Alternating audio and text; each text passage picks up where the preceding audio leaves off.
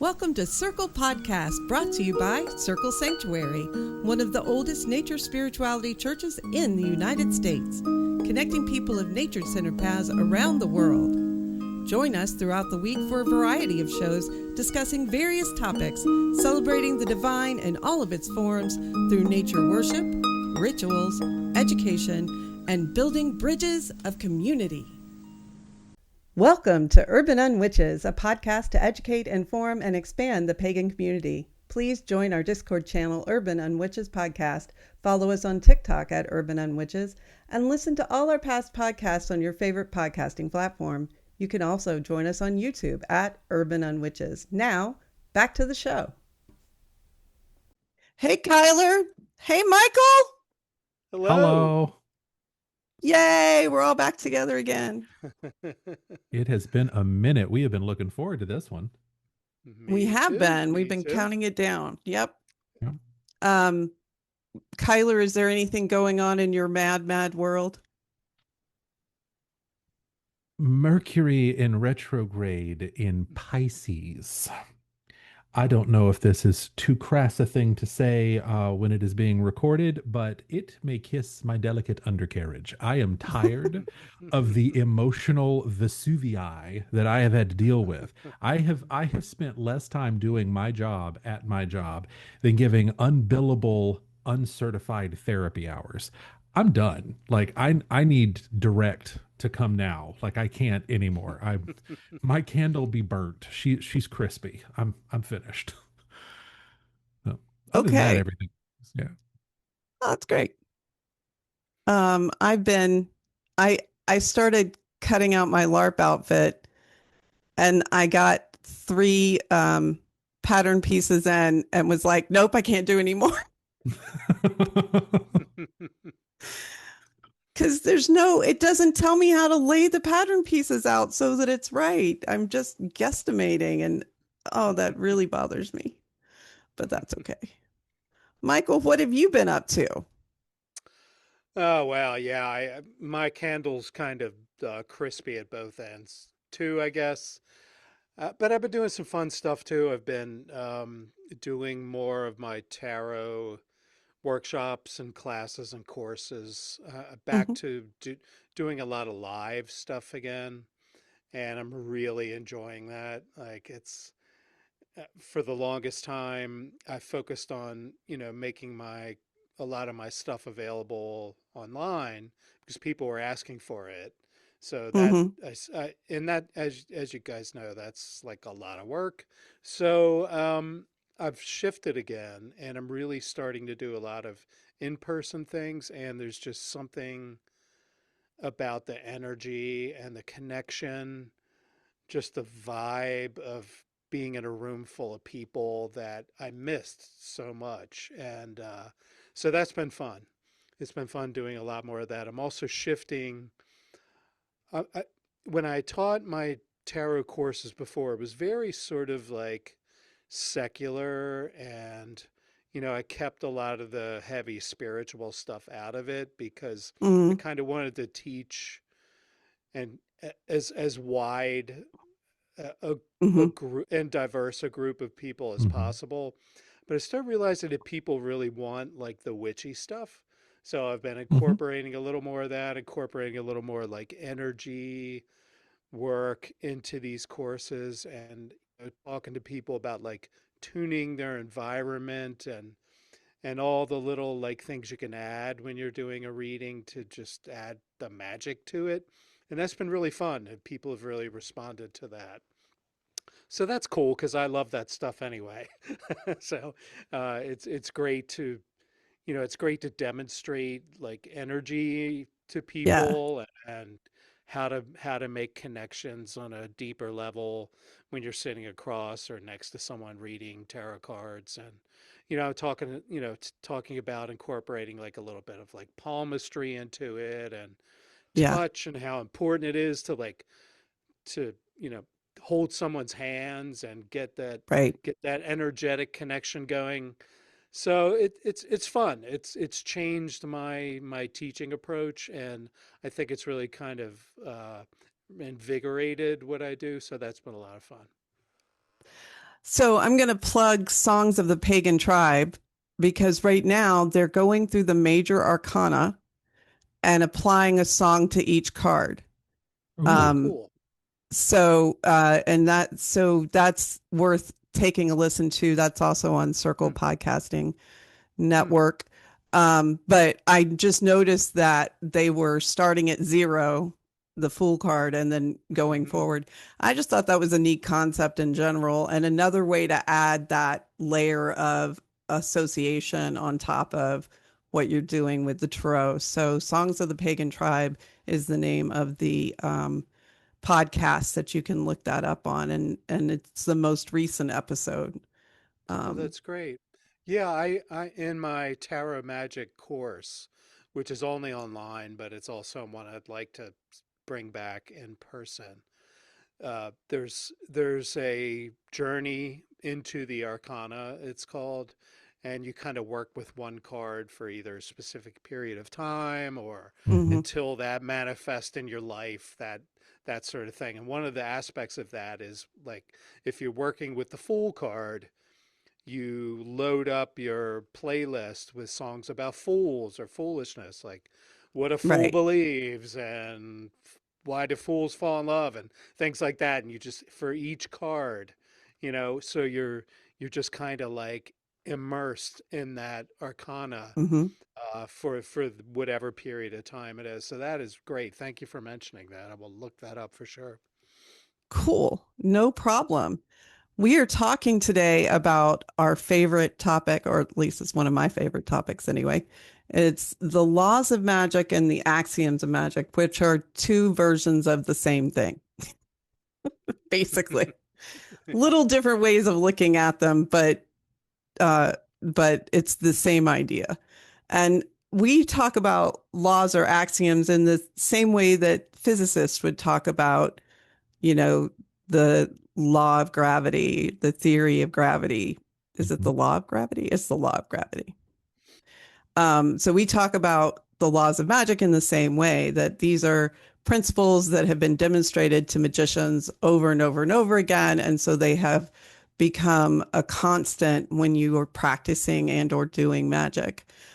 We will not have time, just as the disclaimer, to go through all of them in either the axioms or the laws because there are so many. But I Hmm. hope we'll cover some of the big ones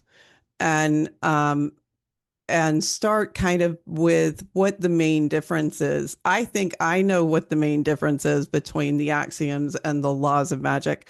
And just so we're clear, we're looking specifically at the laws of magic as proposed by Isaac Bonewits and Bill Whitcomb's Magician's Companion Axioms of Magic. Those are the two that we pulled up to look through today. So, what do you think the big difference is between the axioms versus the laws, Michael? Oh, that's my question. um, I I have kind of a strange perspective. I the Axe Whitcomb and Bonewits. There's so much similarity between the two. I don't really see a lot of difference. To me, Mm-hmm. the two that I've always focused on, and the two that I think are primary are similarity, or the law of Hmm. similarity, or axiom of similarity, and contagion. Right. Because looking back through magic historically, which is like the mission I've been on for most of my adult life, it that those are the two that really are like the through line, I think, in magic. Mm-hmm. It's so many different, whether it's shamanic, whether it's high magic, ritual magic, witchcraft, it, Mm-hmm. chaos magic, etc. So those are the two. To me, I feel like, and I would love to hear your thoughts because I've never sort of, sat and done a comparison between Mm-hmm. these two. They've always sort of functioned as like background Right. and things that I reference. I love that the Bonowitz laws came out or were written for like role playing games, being is like or applied to developing Yes. magical systems of role playing games because like I was the D&D kid back when D&D was Yeah. first in existence and things Hmm. like that. So I love that it's been used to shape sort of like fictional magical systems Yeah. and things like that too. Um, but really, for me, I find them interesting touchstones. Yeah. My approach to magic has always been a little more free form and more along the lines of someone like Alan Moore, I guess, in Hmm. thinking about magic. So I'd love to hear what you think the differences and similarities are. To me, they sort of like both bounce off each other. They do. I think that Bonewits takes a from the person to the greater universe. Like if you look at his connection, it starts with to know to, and then self knowledge to know the self, Hmm. and then it moves out to unity. If you read Bill Whitcomb's, it starts in unity and goes down. Hmm. And that Hmm. to me has always been the biggest difference between the two. One, it's the perspective, and it really is six one, half dozen the other, right? It's the Hmm. same perspective. They're just coming at it from two different directions. That to me has always been the biggest one. And then I think also from where they come from. I think Whitcomb and Bonowitz both came from very different points of view, but it's amazing to me that they arrived at such similarity in general. Um, Hmm. so that being said, that's kind of what I think. Kyler, what do you think? So I get to piggyback off of both of you, and that makes me happy. I'm glad I get to go last. So an interesting aside before I jump into that is, so I'm married to a psychologist, and the funny thing is we've discussed these. So we've driven cross country multiple times, and I've gotten to go through the laws and the axioms, more the laws just because I'd spent more time there. Hmm. But these are almost the laws of psychology. Like Hmm. Yes. psychology in a completely separate direction has borne this out, and there are two, much like Michael, there are two that keep pulling me back to them. And one of those is sympathy and contagion, which is Hmm. basically how Hmm. all magic as we know it would work. But Hmm. also the law of Bonewits calls it the law of personal and infinite universes. There's two laws there. And then Hmm. Whitcomb calls it the law of worldviews.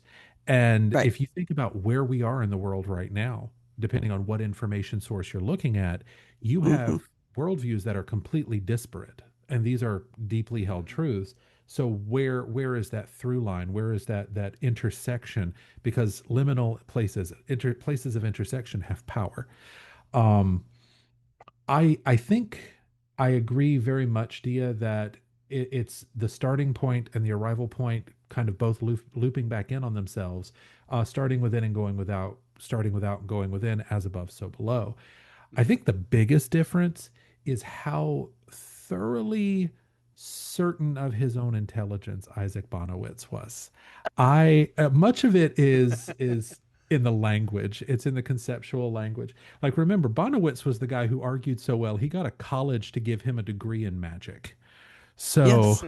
Yeah. I Right. love that. I've known a couple of people who had the pleasure of his company before he crossed the veil, and he was a very smart guy and knew that he was intelligent, and that was very present in every conversation they got to have with him. Um, but yeah, I think those are the two that I keep coming back to, and then of course there's always one of my personal favorites, the words of power, the power of words. Right. Um, which is such a huge thing in magic anyway. Um, yeah, I think that's it. And I also like how Michael says they're touchstones because one of the laws here is the law of true falsehoods. And that is there Hmm. is a pattern. It is a repeatable pattern. That is repeatable patterns and the ability to experiment and test them and come up with the same answer is the entire basis of the scientific and empirical method. Hmm. But there's always an outlier. There's always an exception to every rule. And some of the best magic you'll ever find are in those places where the laws don't mean what they should. That's where chaos magic lives. That's where, and Mhm. magic is not only the study of changing probability and changing the outcome of something, but it's also the immersion in chaos. How do you create a pattern within chaos, and how do you reduce a pattern to chaos? Because chaos to me is, in an essence, magic. The Witcher, the show with Henry Cavill, who maybe one day will be the person I leave Chris for.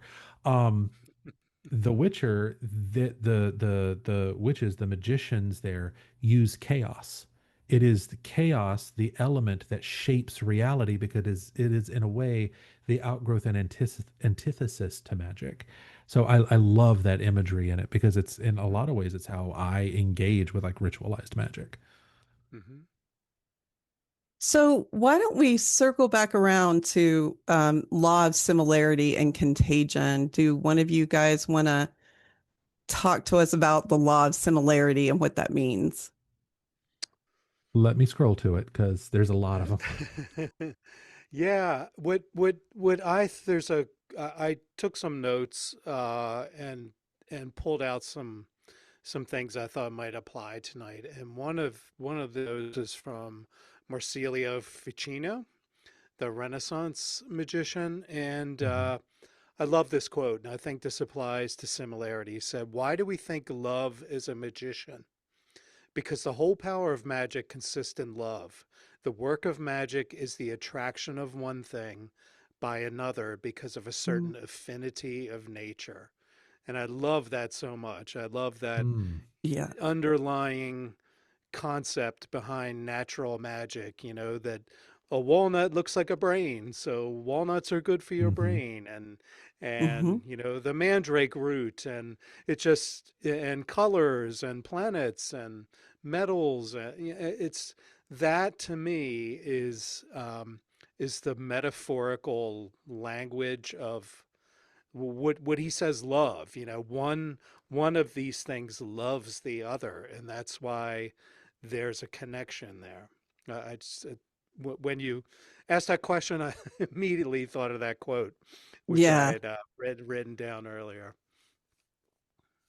It's poetry. So I love that. I do like that. Th some people call this sympathetic magic. So I Hmm. always think of children. My son used to pantomime eating when he was hungry before he could talk. And that's an act of magic. That's an act of sympathetic magic because the mom's going to see that and go, "Where are the Cheerios? Let's give this child some Cheerios." So, so that's one of the acts of what they mean by sympathetic magic. If birds of a feather flock together, that kind of thing. The idea that Hmm. you can see geese and how they fly in that same aerodynamic way, whether you're in Georgia or in Canada. And that to me is a type of magic. It's Hmm. it's a the magic of these birds coalescing together to be the most streamlined parts of themselves. And so I really like the law of similarity. The law of contagion. Kyler, you want to take that? Yes. The law of contagion is basically anything that has ever been in contact with something else remains in contact with it. Nothing is ever truly separate. And I love this. So like the entire concept, you use the term sympathetic magic. I'm a body worker. I'm a rehab therapist. And so the difference between sympathetic and parasympathetic, like the autonomic nervous system, when we use the term sympathy, we think of sympathy um like when I sympathize with someone, like that happened to me, so I like a parallel, a kind of harmony. But when you're talking about the body, sympathetic is referring to the nervous system, and it actually has a different meaning. It is cause and effect. Our autonomic nervous system, when we go into flight, fight, freeze, or fawn, I have practiced that because of this podcast. I got it right. I said it the other day at work, and my boss is like, "How did you say that?" And I'm like, "I practice." Um, the When you go into one of those states, you are reactive. The outside Right. world's giving you a stimuli and you're reacting to it. These laws are called sympathetic magical laws because we are doing a thing that will prompt the universe to react in a sympathetic way. It's a reflexive action. Mm. And that's the thing. Like, you've got the law of patterns here. You've got the idea that any pattern that is more complex than the pattern observing it will seem as more intelligent. And so when we try to understand the universe, you have that complexity of pattern. It may be infinitely more complex, it may be infinitely more simple, but to us it's utterly alien. But we have these laws that work over and over. But when you're dealing with contagion, you how many times have we read in a grimoire you need a bit of someone's hair, or the way Mm. a poppet works? That is the law of contagion.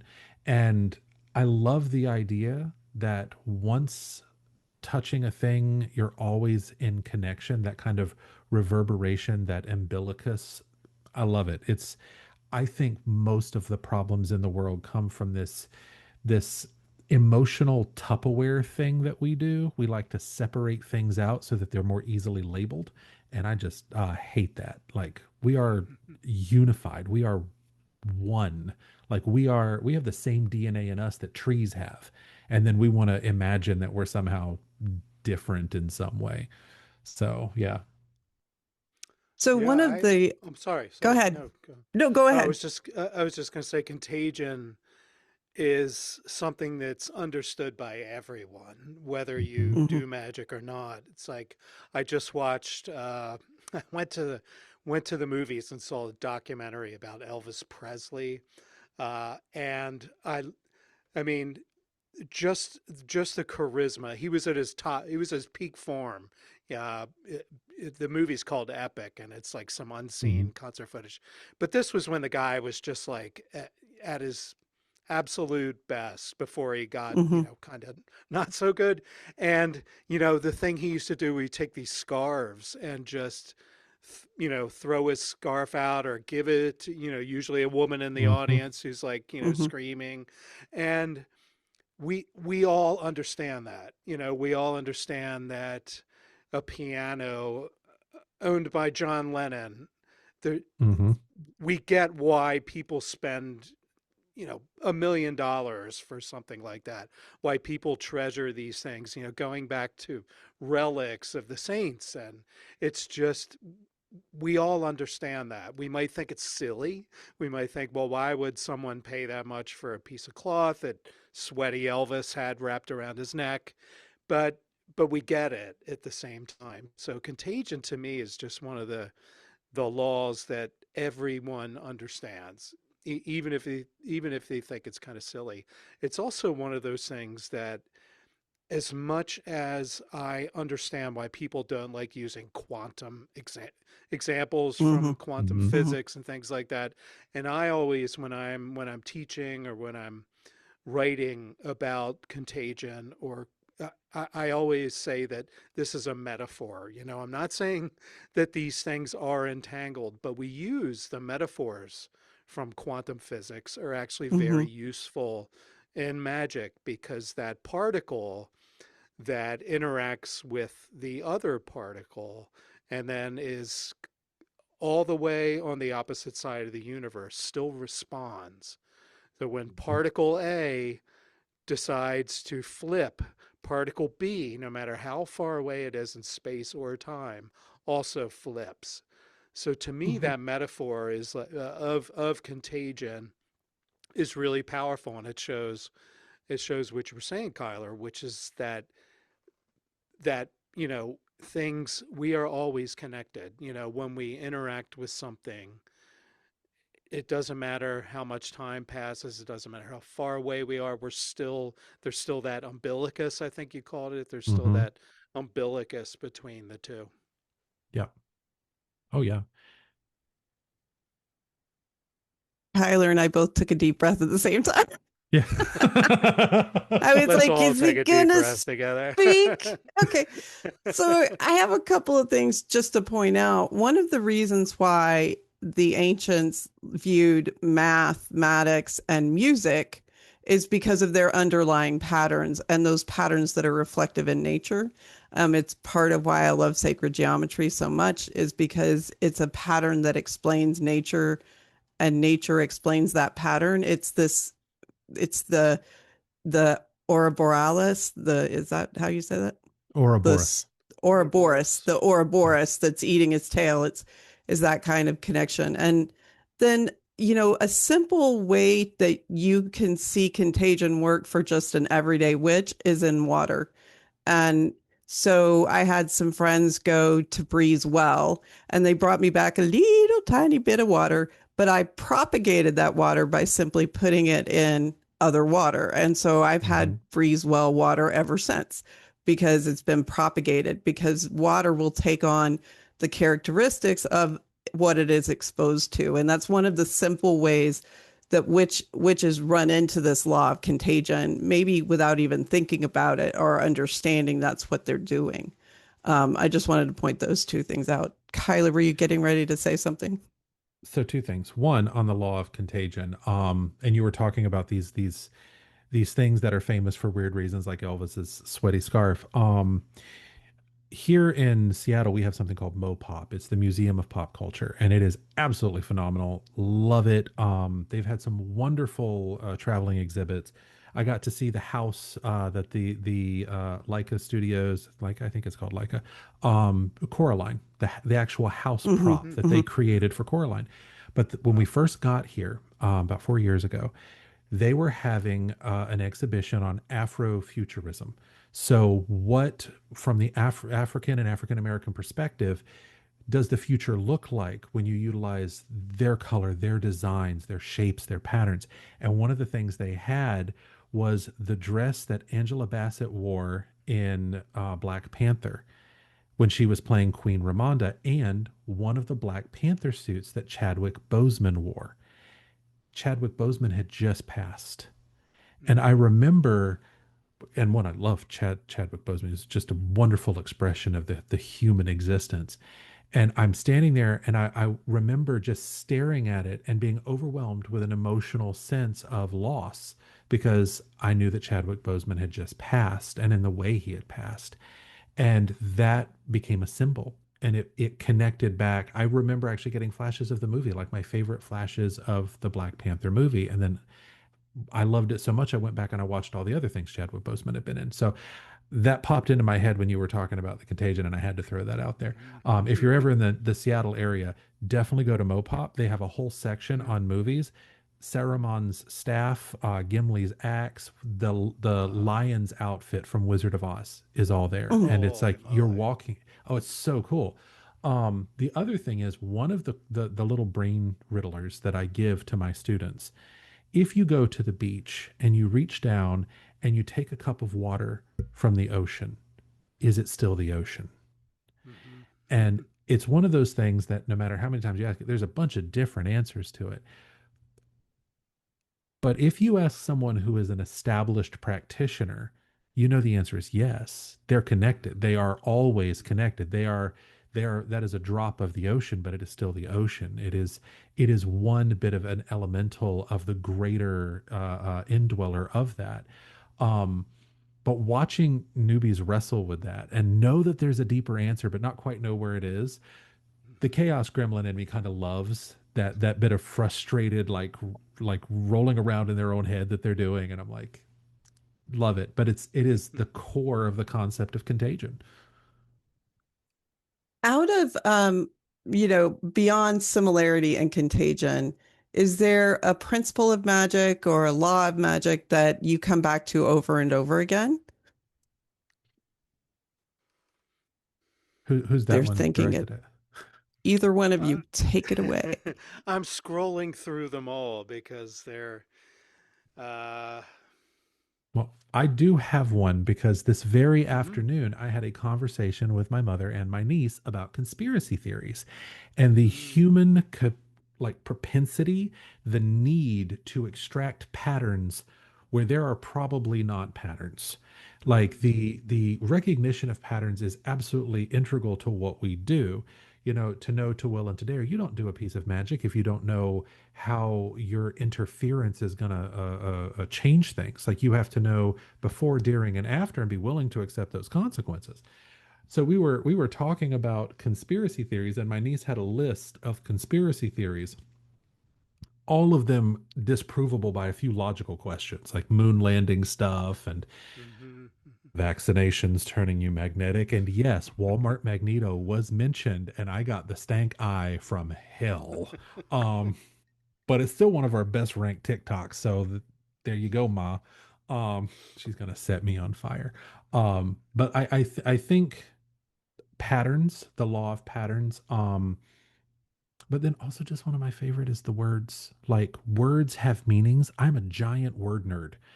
I love to look at the history of a word, the etymology of a word, like the idea of kindness. Where does the word kindness come from? You treat others as though they were of your kind. Like a kind is like two different birds, like versus the same kind of bird. That is where the root of kindness comes from, or authority. Michael is an author. He exuded the authority of a god when he wrote his novel. He authored, had the authority. It is the power of and over. And think about all the different words that we use. It's one of the reasons why language today makes me smell toast, is because slang for older generations, you can figure it out. But it has accelerated so quickly on the internet, like no cap. That means no lie.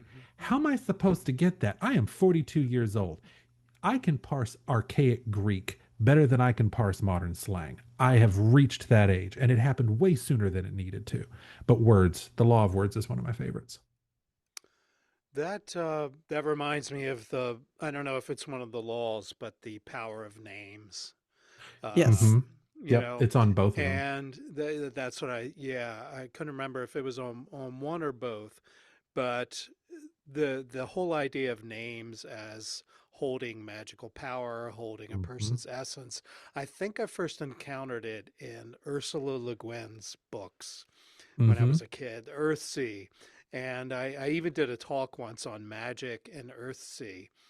And when you go back and read that book, you realize that it's all about the power of naming and how Mm-hmm. important it is to know someone's true name, having a true name, what power that gives you when you know the true name of something. And you look back in Christianity and look at, what did Adam do? He Hmm. Mm-hmm. named he named all the animals, and it's so the power of naming something, the power of language that you were just discussing is so much like I think it was Terrence McKenna. I was a big fan of Terrence McKenna for a long time, and his idea, which is came from a lot of people before him too, but he said it really well, that reality is syntactical. Like the world Mm-hmm. is made of language, and when you control language, which again goes back to the idea that grimoire and grammar are also the Mm-hmm. same root word as well. When you understand language, you work magic. You can just with words, simply with words, without objects, without anything else, you can do such powerful magic. You can lead people to war. You can Mm-hmm. bring joy and happiness. You could take people, you can create whole religions and spiritual systems just Mm-hmm. with the power of words. So I like what you were saying, and the idea so much of magic is language, whether it's the barbarous words of Mm-hmm. evocation, whether it's speaking in tongues, whether it's really ornate or poetic high magic ritual. There's just so much there. So Mm-hmm. that's one that I always go back to and just fascinates the hell out of me. Mm-hmm. There is One of, actually, go ahead. Go ahead, go DSM. ahead. Oh, Nope. there is one of the single best, two of the best lines I have ever seen in science fiction came out of the same show, Babylon 5. Incredible writing. But my all-time favorite was they were engaging with someone who was a technomage. They used technology to mimic the effects of magic. And he said, ultimately, we strive for wisdom. We strive to understand how the universe works. And that is why I know the 5 words to end a relationship with someone forever and the 7 words to let them go without pain. And the what was it, the different number for how to say goodbye to someone at the end of their life. And it was like, one, the actor delivered it like super well, but like it struck me. I was 9 or 10 at the time, and I recognized the echo of the truth of those words, even in something as everyday as like a television show about a space station in the future. It was a truth that when you hear it and it just kind of trembles in the air. So one of the things that I keep coming back to, but it's because of Dick Sells. But the first thing he taught me was there are no coincidences, and that is interesting to bring up in light of the conspiracy theory that you brought up, because a lot of conspiracy theories have to do with two things happening around the same time. And then Hmm. that leads to something else, which leads to something else, which leads to a conspiracy theory. And so when you're working magic, how do you know your coincidence is more than a coincidence? Love that question. Love it so much. The And you have that no idea how to answer it. oh, I do. I thought of an answer a Oh, long okay. time ago, and my Uh, students hate it. I mean, with the passion of a dying star. Yes. Yes. Why does it have to be one or the t'other? That's Right. the thing. I keep coming back to movies. I'm beginning to realize how much movies have shaped me as a person. I probably should look to this. There was a movie, Stir of Echoes, with Kevin Bacon, and the kid was psychic, and the dad got hit on the head, and he was psychic, but less psychic than the kid. And they found this wise man who said, it's like you can see this. It's like you've got a pin light, and you're putting it out into the darkness. What about my son? Much better flashlight. Um, we are limited. We cannot understand everything. We don't need to understand everything. At least I don't. The need to understand and label everything in the universe is born of ego. It's born of a need for control that is born inherently of fear. When I got to a point where I didn't feel like I needed to be afraid in that way anymore, I began to realize I don't need to understand the nature of God. I don't need to decode and decompile the universe. I need to decode myself. And in so doing, I will understand my universe. And then I can relate it to the greater universe. But until I do that, there you go. And I will never be able to understand the fullness of the objective universe because it is so much bigger than I was ever meant to. Can the cell understand the functions of every other system in the body? That's not its purpose. Its purpose is to be a cell and to do the things that it is going to do.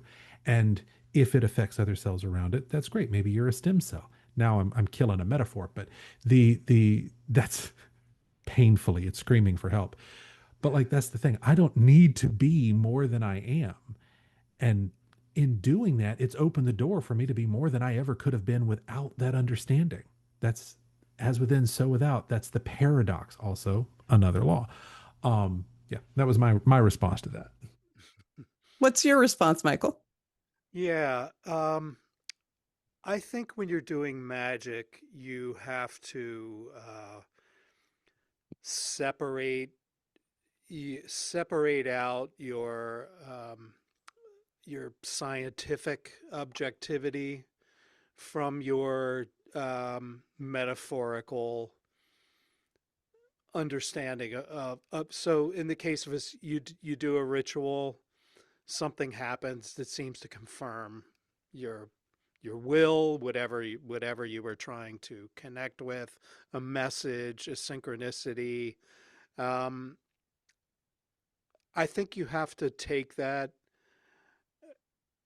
for what it is. Yeah, I don't know if I'm kind of really making that clear, but I look at magic as sort of working with metaphors and synchronicities. I used to, there was a period in my life, probably when I was in my 20s, where the synchronicities were just like, I called them cascades of synchronicities, where one Mm-hmm. would flow right into another to the point where it was kind of overwhelming at times. That doesn't happen as often anymore. But sometimes when I say, "Hey, I need a little more magic in my life. What's going on?" That will trigger it. I say, "Okay, Mhm. show me the magic. Show me the magic."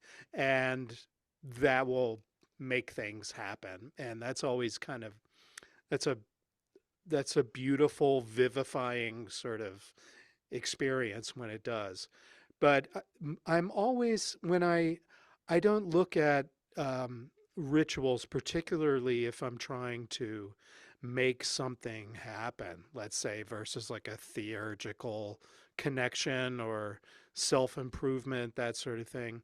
If I'm trying to manifest, make something happen, and it does, there's a synchronicity that points to the reality of what I'm doing, making something happen. I don't look at that as a scientist. I look at it as just kind of a wink and a nod. Um, I, for me, magic is always balancing on the knife's edge because, and it's a great that you brought up conspiracies. It's very easy to fall off the edge where everything is meaningful and everything is connected. Everything is supporting what you're believing versus the other side where you're a Richard Dawkins or something. It's just your meat sack, and nothing, there's no magic in the universe, that sort of Mm-hmm. thing. So I try, Mhm. when I get a synchronicity, I used to look at them as like, oh, this must have a message, this Mm-hmm. must be guidance for me. I don't do that anymore. I just feel like it's I used to even think like, well, a synchronicity means you're on the right track. I don't necessarily believe that. I feel like it's more of a sometimes like a skip in the record of Mm. life, and things are it, that the universe is an informational matrix, and sometimes things overlap, and that's really beautiful Mm-hmm. and powerful.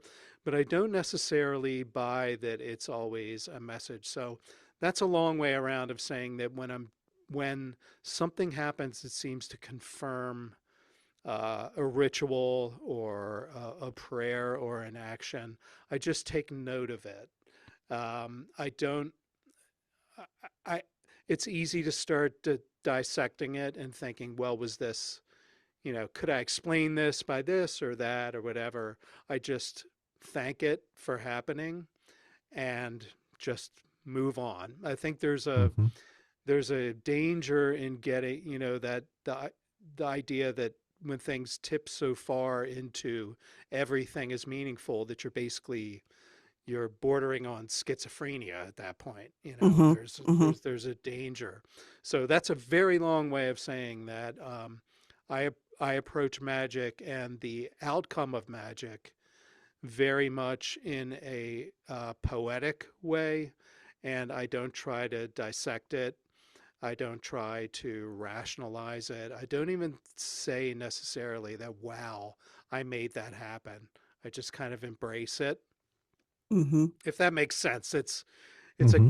It's a concept that um, it's very hard for people when they first get into magic. They like, I want to do a spell for this and then have this happen.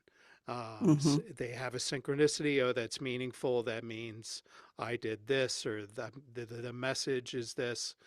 I'm much more sort of agnostic and just appreciative of things when they happen. Mhm. Mm-hmm. Yeah, I I concur with that. I think it is the nature of new magicians to look for those um the proof in the pudding, if you will, Mm-hmm.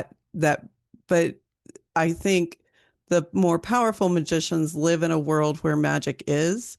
Um Kyler earlier said to know, to do, to will, to be, and I was always taught to be silent.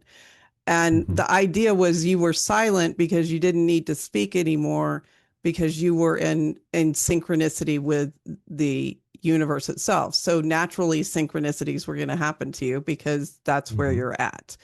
Hmm. Um, although I do come back to, and I have run into many a practitioner who's like, how do I know when I'm crazy and when I've gone off the wrong edge, if you will.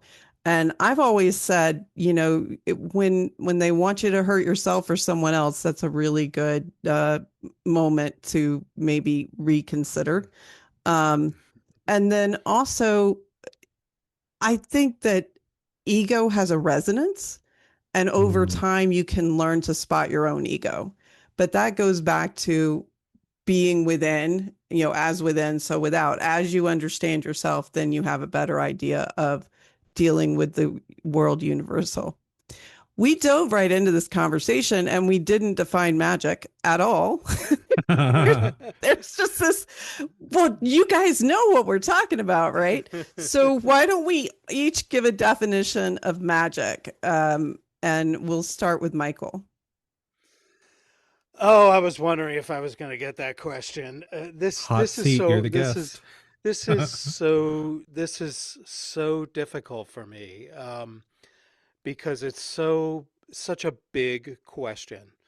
Mm-hmm. Um, I wrote down a quote that I love that applies to what we were just talking about and also this question from one of my favorite magical philosophers, Ramsay Dukes, aka Lionel Snell, who I think more than anyone and more than any living magical philosopher is just like he just gets it.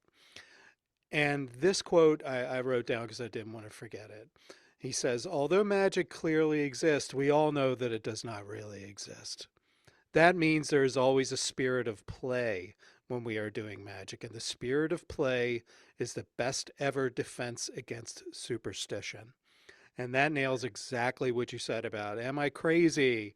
When that heavy superstition, when the people who start practicing magic come out, oh my, I think I'm being cursed by, I think someone put Hmm. a hex on me. There's negativity all around me, things like that. You're like, no, no one did. It's okay. Everyone goes through this, that sort of thing. Um, so yes, what is magic? Magic is I always throw together a bunch of the definitions because I think so many people have a different piece of this puzzle. Obviously, there's Crowley, there's Dion Fortune, the whole Right. idea of changing consciousness and affecting change in the world. But also, I really love Alan Moore's conflation of magic and art. And as an artist, as Mm. someone who's always just thought of the world as a stage on which to make artistic things happen, I feel like that's why we exist, is just to create. The idea that that art is magic, and I really think that magic is most effective when it is a work of art. Um, Mm. you know, if you look at, I remember reading an anecdote about William S. Burroughs. Someone took him to see Led Zeppelin, and Burroughs was like, "That's magic." That's Hmm. magic. He's looking at the people, all of their consciousnesses united and writhing and dancing and being moved by these sounds and these movements of people on stage. Like that is, I mean, I can't imagine having that much magic to be able just to walk out, pick up a guitar, and just watch people just completely taken on a journey, completely out of their bodies, out of themselves, united consciousness, group consciousness, that sort of thing.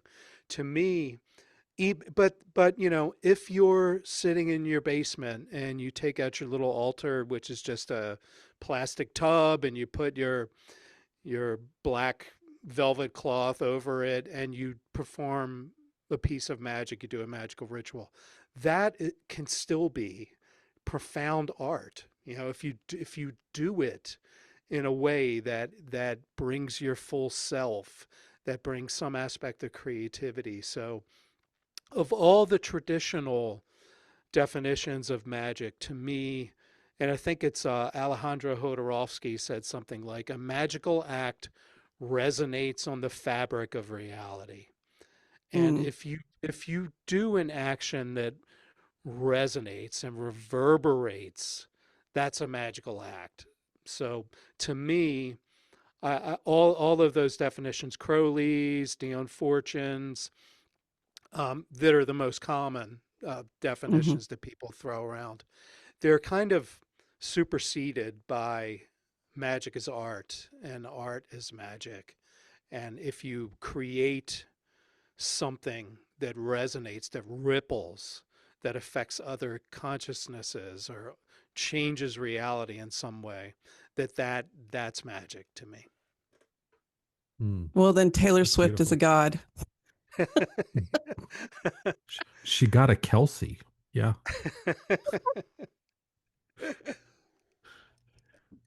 What do you And got, that Kyler?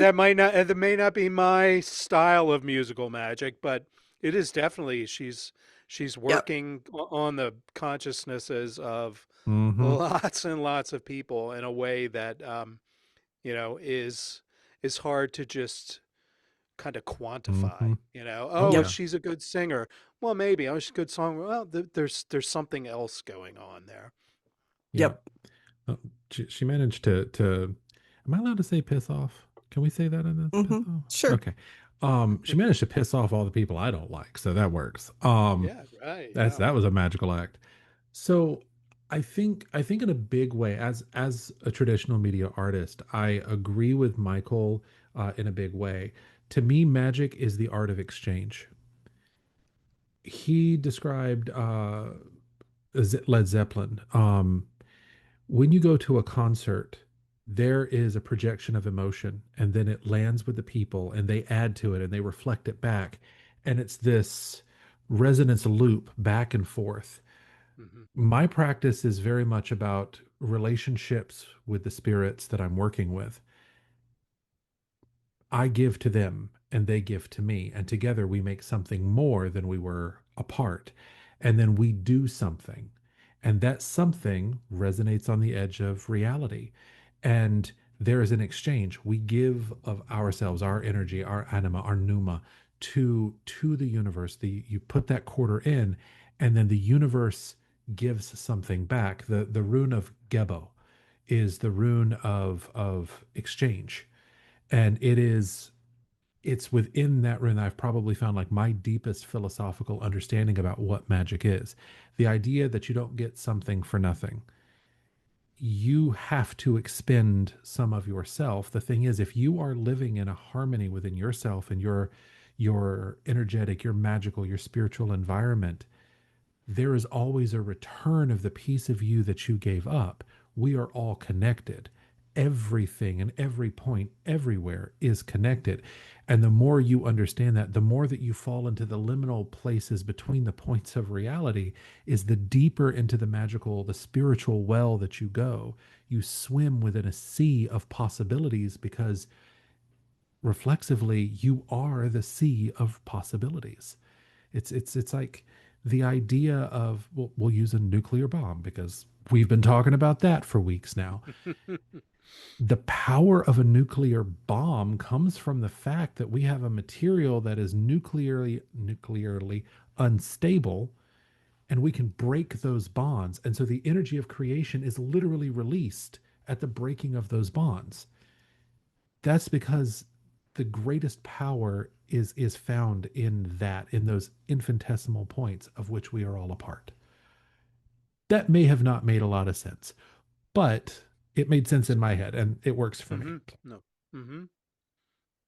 So I don't have a lot to add to the definition except to tell this story. I was raised Southern Baptist, and we weren't allowed to listen to secular music. So I missed most of the 60s, 70s, and 80s music. Well into the 90s were really where I came into my own. But I'll never forget riding with a bunch of my college friends, and this song came on, and I was like, everybody be quiet. And it was transcendent for me. I was like, what is this? And I turned to them and I was like, who is this? We have to find these people. We have to listen to these people. And it was, oh, now the thing's going down. No, no, it just left me. Oh, Tom Well, Sawyer. we can all, oh, Rush. Rush. It was Rush. Oh, It okay. was Rush. And I went, Um, oh, yeah. I mean, so I feel like music is that. And on that same theme, I actually, I'm a big U2 fan. And I was listening to the U2 station today, and Adam Clayton, the bassist for U2, was talking about art and music and how he felt like popular art and music had this place that they were symbiotic to each other, and one fed off the other. He said, I've never been in an artist studio that wasn't blasting something. Even if it was, symphonic music, they were blasting something. Mhm. And he said, I've never been to a musician's house that wasn't full of art. There's this symbiosis that happens. And one of the things that he said that I found to be hopeful was that because of this symbiosis, what it's really saying is that there is hope in mankind, because we're finding this not in, we're finding the beauty in people like you two, and in people who are doing the people's art, not Mhm. highbrow art. I'm talking about art people buys, real people buy. So I just thought that was an interesting note, and kind of dovetails into what you guys were talking about art and music, and how that kind of dovetails together quite nicely. I would say I was taught that magic was your will, as you place it upon the universe to create change. Mhm. That was what I was taught. Later, through sacred geometry, I really began to think that in those spaces Kyler was talking about, those in between places, in between truth and fiction, in between all these liminal things, that's where magic is, and that's what magic is. When those places get created, then magic is also created. And so that's kind of how I view it now. But that's much different than how I was trained to view magic. It was much more an exchange that Kyler was talking about, for sure. Well, that is, I think, actually one of the other laws, the law of symbols. When we're trained, we are given a limited set of words, and each of those words is a symbol, it's a concept. And as we grow on, like earlier, Dia, you and I were talking about the power and the danger of like therapeutic language. Hmm. Therapeutic language is powerful because it's nuanced. It allows you to explore finer and finer shades or flavors of emotion and reaction within ourselves. The more that you can describe your inner environment, the more you are able to describe that. So recently, I've had multiple people tell me that I'm very good at hearing the just gobbledygook come out of their mouth, and I can synthesize what they're trying to say. And Hmm. that's because I'm a magical practitioner. The randomness of the universe, I have to somehow synthesize into an understanding of it. And when our teachers teach us, they are giving us words, but what are 50 or 60 words compared to 30 or 40 years of magical nuanced understanding? They Hmm. language, the symbols that we use, the symbol set that we have, even if they gave us all the words they wanted to, those words don't yet mean for us what it means for them. And that is the nature, because some of these words mean different things to me than they would have meant for Poppy or Luke or Tamara or any of the people in my life that have taught me the ways of magic. And that, I think, the law of infinite universes, or personal universes, and infinite worlds, we, each of us, are a universe that folds together with the greater universe. And that is why we build the tapestry together. We co-author this universe as one. I think that's, there's poetry, there's music in that. And it's why I believe it was Margot Adler who said, the craft is the religion of warriors, poets, and kings, Mm. because there is music, there is art in the passion of those roles. And I think that that's very, very important, because the moment that it becomes transactional, we lose the real core of our power, the real core of the wisdom that we could be learning from that. And so I think that it's lovely that Dick Sells, as great a teacher as he was, he gave you that thing which you grew from a seed into a tree of knowledge that is 100% you, and nobody else will ever duplicate that. And that is exquisite to me. That is a symphony to my mind. Mm-hmm. I was going to say that uh, when we talk about the law of infinite universes, I've been thinking about this quite a bit. I didn't think it was magic until we started talking about this, and then I was like, wait a minute. But when someone presents me with a different point of view that I don't agree with, I have just come to the place where I say, okay, because that their view is as valid as mine. And there's no sense in arguing the two views, because the law of true falsehood tells us everything that is true is false and everything that's false is true. And so therefore, why should I argue with you about it? It doesn't serve any purpose whatsoever. Right. And it didn't occur to me till we started having this conversation. I was like, oh, well, that's why I don't get upset anymore about it, because it's magic. I've come to this place where it's just, that's how you believe, and that's fine. And I don't even mean it in a bad way. I truly mean, like, okay, that's I hear that that's what you think. I don't agree, but that's okay. Right. It doesn't have to be that way. And I think that's something that's grossly missing from our society currently, unfortunately. This Yeah, Sing it, sister. Yeah. That reminds me of Robert Anton Wilson's concept of some but all. He called it. It's a combination of some but not all. And when you start, oh, Republicans are all this, Democrats are all that, these people are all this, these people are all that. When you just start to use the some but not all, it really opens up those divisions and that narrow sort of binary thinking. I love that he coined that word, and I used to always, whenever someone would start, going off on this particular group of people or that, I'm like, well, some but not all. Always remember some but not all. But I wanted to get back to the liminality and symbols, because it really triggered something in my mind in that particular discussion. Symbols fascinate me because I teach tarot, and the one thing that I tell people not to worry about when they're learning to read tarot cards is, well, what is this symbol? Why is there a ram's head on the emperor's throne? What does this symbol mean? Why is this flower there? Why is that pomegranate there? Because it tends to short circuit intuition. It's symbols to me, and I'm the same way, particularly, and I've gotten into lots of discussions about creating magical sigils in particular. There are people who say, make these elaborate sigils. It's like, oh, it has a dollar sign in it. It has an eyeball. It has Mars is down here, and there's a heart up here, the things like that, and they just like make this janky thing.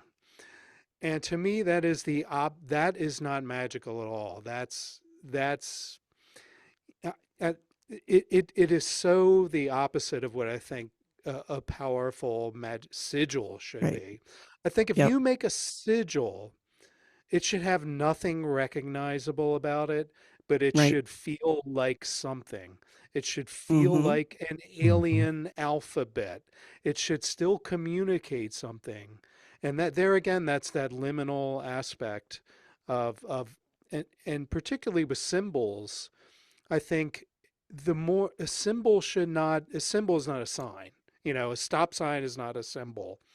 But you know, the sigil for Aries, you know, the sigil of the sigil of Mars, or like some of the symbols in the Goetia, things like that. Those feel powerful because we don't quite understand what it's saying, but we know it's saying something. And I Right. know one of the laws is that law of is the law of symbols, and it talks about symbols. So when you mention symbols, it really, to me, if a symbol has that liminality, if a symbol saying, "Hey, look at me," you don't Mm-hmm. know what I'm saying, you don't know what I mean, but you know there's something here. You know there's something that if you sit and meditate on this, that something's going to happen. It's not just a random collection of little marks drawn. There's something powerful about it. And that's why when I work on sigils, like I remember someone showed me a web page that generates magical sigils. And I said, you know what? That's like I have so absolutely no interest in something like that. And the output was just garbage. And like, you Mm-hmm. know, when I work on a sigil, I sit and take that thing apart and work it again and put it aside for a day and come back and change something little by little. And then suddenly it clicks. And that creation of a magical sigil is so important to me. And to automate that, or to turn that into like a step-by-step process where you take your heart symbol and you stick it on the dollar symbol, you know, just makes absolutely no sense to me. That's not magical at all.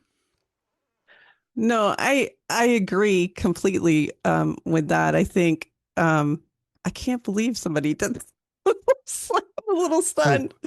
Um, one they're of all the over things the I was, place now. Yeah. oh man, I can't even. Okay. So one of the things I was going to say is part of why people tend to make sigils this way is a law of magic that some people get sucked into and then they can't see magic for magic's sake.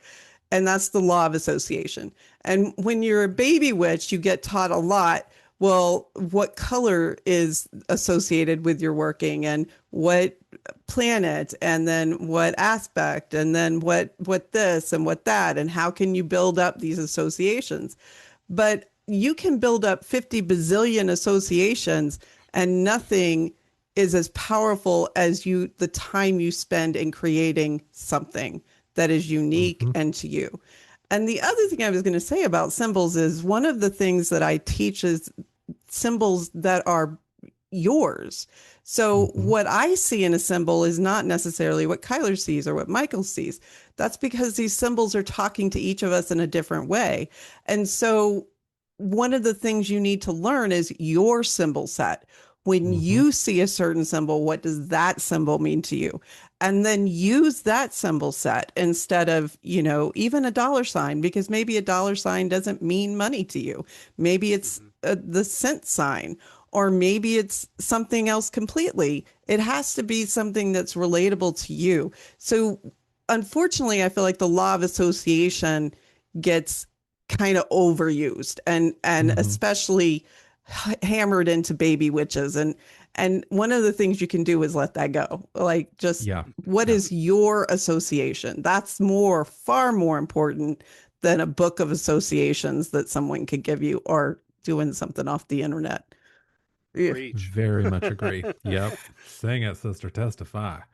Um, So recently, it's so funny. Like we're talking about all these, and I've had so many recent reminders like of these laws in my life.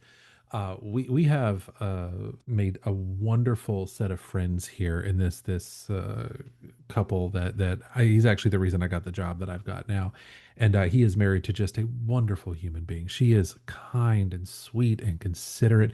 She is one of the nicest humans I have ever met in my life. And sadly, she has a family that are just jackasses of human beings. I mean, they're from Missouri and they are a wonderful example of Missouri. The family, not them. Some, but not all Um, Missouri, Some some but not bananas, all. right? Some but all. Um, well, she was going to have to go back for a wedding, and it was probably going to be one of the last times she saw her family. She knew it was going to be awful. She knew it was going to be absolutely terrible, and she asked for a charm to take with her, and she doesn't ask for a lot. And so when she does ask for something, she needs it. And so I was like, all right, we're going to do this. Well, she was leaving very quickly for this thing, and I didn't have a lot of time, and I had like 57 other things going on, and our friend Alejandro was visiting for like 7 or 8 days. So I was pressed for time, and so I'm over here doing all of this, and I'm like, okay, both Chris and Alejandro have practiced somewhat, they've studied somewhat, they know the rudimentaries of things. I tasked them with creating a symbol.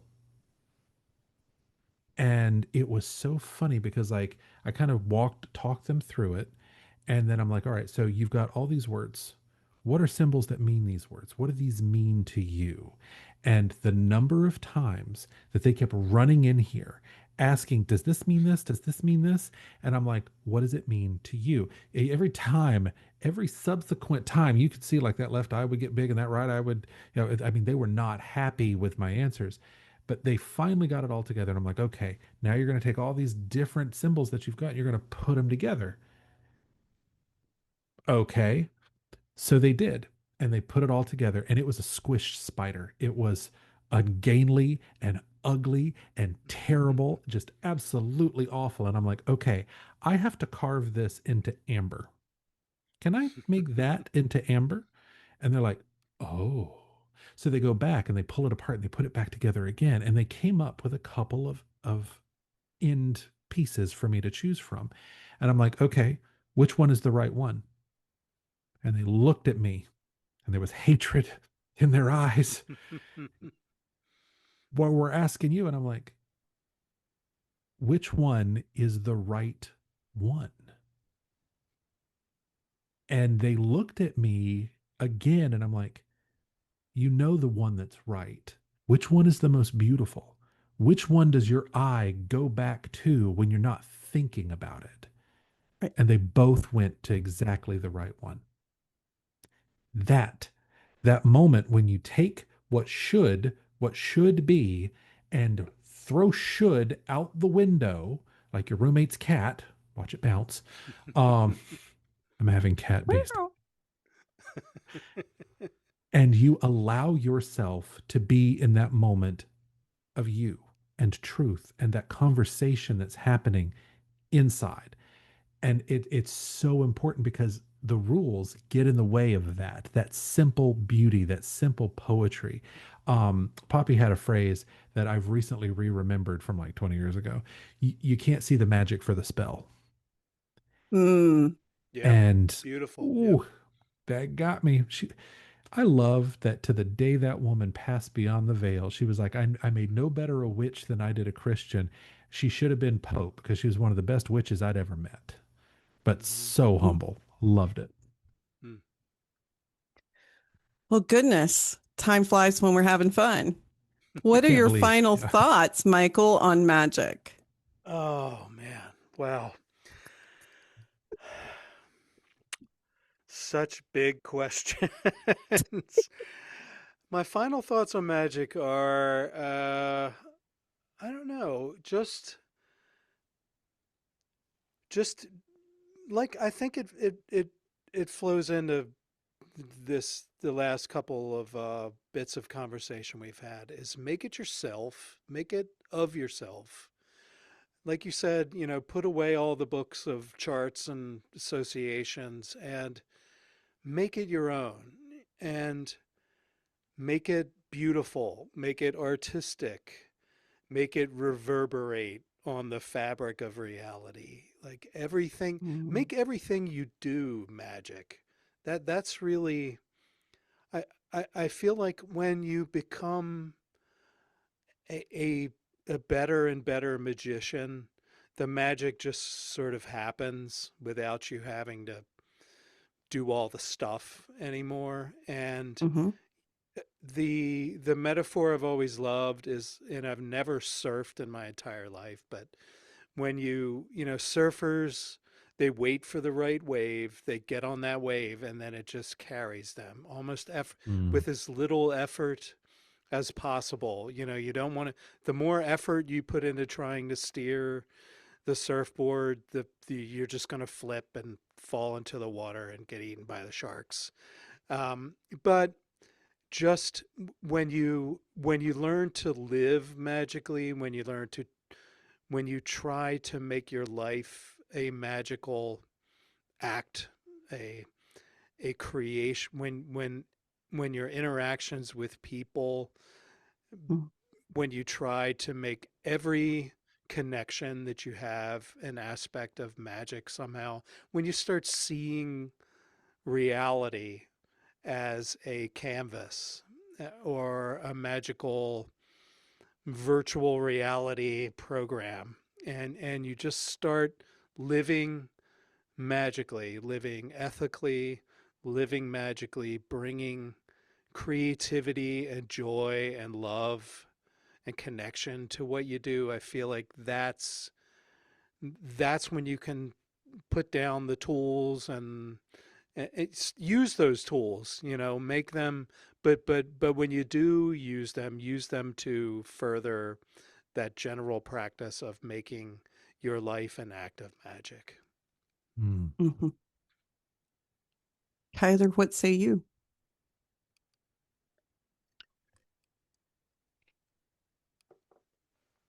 I've been very fortunate in the relationships that I've had in this world. And there was a cardiologist, a doctor, very, very skilled woman, who I had a conversation with one day about astrology. And she was like, "Well, you don't really believe in that, do you?" Mm-hmm. And I'd been asked things like that before. But in that moment, I realized yes, no, maybe doesn't matter. Mm-hmm. Astrology tells me about things that are. I'm the one who decides how I walk forward with that. And law of synchronicity, maybe it is a predetermining factor. Maybe it isn't. I'm still the moral and ethical compass that guides it. I think the final word for me on magic is every step in this world that you take is a note in a song. It's an application of brush and pigment to canvas. You are the spells you cast. You are the intention in which you live. You are your angers, your hates, your sorrows. You are the notes of your own song. And if you wish to swim within the sea of your own magic, you have to love and cherish that about yourself.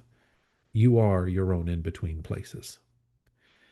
And these laws are guideposts for a rigid linear structural way of looking at something that is inherently amorphous. And I think they're very useful for people learning the beginning of the symbol set. But later, you get to a point where you don't need the symbols quite as much. And I think that that is where wisdom in magic is. And I think that that's why it can be called the craft of the wise. I think that's probably my final statement on it. Well said. Well said. I got my poetries today.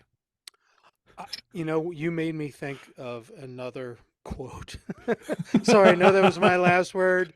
But again, Ramsey Dukes, Lionel Snell said something that I think really nails this, and that is he basically said that religion is about lifting matter into spirit. Magic is about Mm. bringing spirit down to matter. And he said, in religion, we are on a quest for meaning. We're looking for meaning. In magic, we sow seeds of meaning ourselves in our actions. That resonates with me. That is, to me, beyond what I said about living a magical life, but sowing seeds of meaning is one of those things I've never been able to stop thinking, wow, that's really what I would like to do, is bring spirit into everything, sow seeds of meaning in all of my interactions and all of my day-to-day and my spiritual practice, everything that I do, sow those seeds of meaning. So that's really my final word. You say that, and you remind me of my grandmother and her seeds of meaning. When my grandmother died, they brought a table out because people brought back dishes. And if you turned the dish upside down, it had a piece of tape that had her name written on it in her own script. And eventually we realized these were all people she had fed for various and sundry reasons over the years. And she ended up with 2 8-foot tables full of dishes that were returned to us upon her death. That's sowing the seeds of magic, right? Every time she fed, she was feeding their soul, to the point that in her death, they felt compelled to bring it back to her and show what kind of magic life she had. So I'm going to leave it at that. I think that has been my desire, is to have 2 8-foot tables full of dishes with my name on the back. That's beautiful. what I would like. What a beautiful story. Gorgeous. So I like to end with, I hope you have a magical day. What does Kyler say? Hail and farewell. Hail and farewell. Thank you for listening to Urban on Witches. Please reach co-host Kyler Petrie and Rev Dia at urbanonwitches@gmail.com. That's urbanonwitches@gmail.com to suggest topics for shows or comment on past episodes. Please join our Discord channel, Urban on Witches Podcast. Follow us on TikTok at Urban on Witches. Follow us on YouTube at Urban on Witches to watch all episodes. And listen to all our past podcasts on your favorite podcasting platform. Rev Dia is a witch for hire as an officiant, life coach, astrologer, geomancer, and medium, and can be reached at www.revdia.net. See you next time. Thank you for joining us on the Circle Podcast, presented by Circle Sanctuary, and produced for all who follow nature-centered paths. Join us throughout the week for various programming connecting with the community around the world. Please don't forget to watch for updates on the Circle Sanctuary website at www.circlesanctuary.org. Follow us on Facebook at Facebook/Circle Podcasts. We can also be found on your favorite podcast hosting sites, such as iTunes, Spotify, and others. Until next time, many blessings.